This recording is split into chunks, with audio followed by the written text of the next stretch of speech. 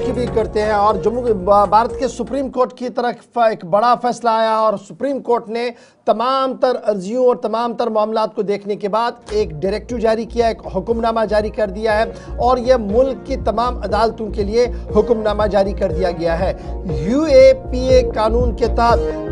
नजरबंद लोगों के हवाले से बड़ी खबर है कि सुप्रीम कोर्ट ने फास्ट ट्रैक बुनियादों पर तमाम यूएपीए केसेस पर काम करने का हुक्मनामा जारी कर दिया है। नेशनल वाइड ये कह दिया गया कि पूरे मुल्क के अंदर यूएपीए कानून के तहत जो लोग बंद है जेलों के अंदर पिछले कई सालों से और उनकी ट्रायल सही तरीके से नहीं हो रही है, इसको फास्ट ट्रैक बुनियादों पर किया जाए। एपेक्स कोर्ट ने बाज़ाब्ता तौर पर इस बात का ऐलान किया कि हाई कोर्ट्स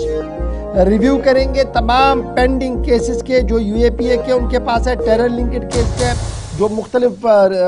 रियासतों की हाई कोर्ट्स के अंदर है, इसको रिव्यू करेंगे और सीरियसली रिव्यू करेंगे। सुप्रीम कोर्ट की तरफ से हर दिन हेयरिंग करने की बात कही गई है। यूएपीए केसेस पर हर दिन हेयरिंग होगी और एडजर्नमेंट तभी मुमकिन होगा जब कोई रेयर केस ऐसा हो जिसमें कोई डेट देनी हो, कोई 2-3 महीने का वक्त देना हो, वो कोई रेयर केस होगा। अदरवाइज हर एक केस की सुनवाई हर दिन होनी चाहिए यूएपीए ट्रायल के अंदर। अदालत उज़्मा ने यह साफ कर दिया कि स्पेशल कोर्ट यूएपीए के बनाए जाएं ताकि इन केसों का निपटारा जल्दी से कराया जाए। हाई कोर्ट के सामने एक साफ कर दिया गया है कि 4 हफ्तों के अंदर, यानी कल ऑर्डर जारी कर दिया गया है, 4 हफ्तों के अंदर अंदर यूएपीए के तहत जितने भी केसेस मुल्क भर की अदालतों के अंदर हैं उनकी डिटेल प्रोग्रेस जो है वो सुप्रीम कोर्ट के सामने रखी जाए। जस्टिस सिस्टम में किसी तरीके का डिले ना हो और किसी तरीके की ताख़ीर ना हो, किसी तरीके का लातुलाल ना हो, इस पर जोर दिया है जी सुप्रीम कोर्ट ने। और सुप्रीम कोर्ट के चीफ जस्टिस ने बाज़ाब्ता तौर पर जो चीफ जस्टिस है जस्टिस संजय ये कल तब ये मामला सामने आया जब बेंच एक अर्जी पर समाअत कर रहा था जिसमें जस्टिस संजय करोल साहब और जस्टिस किशोरवर सिंह साहब थे। उन्होंने जब सीबीआई की एक पिटीशन को 2010 की थी,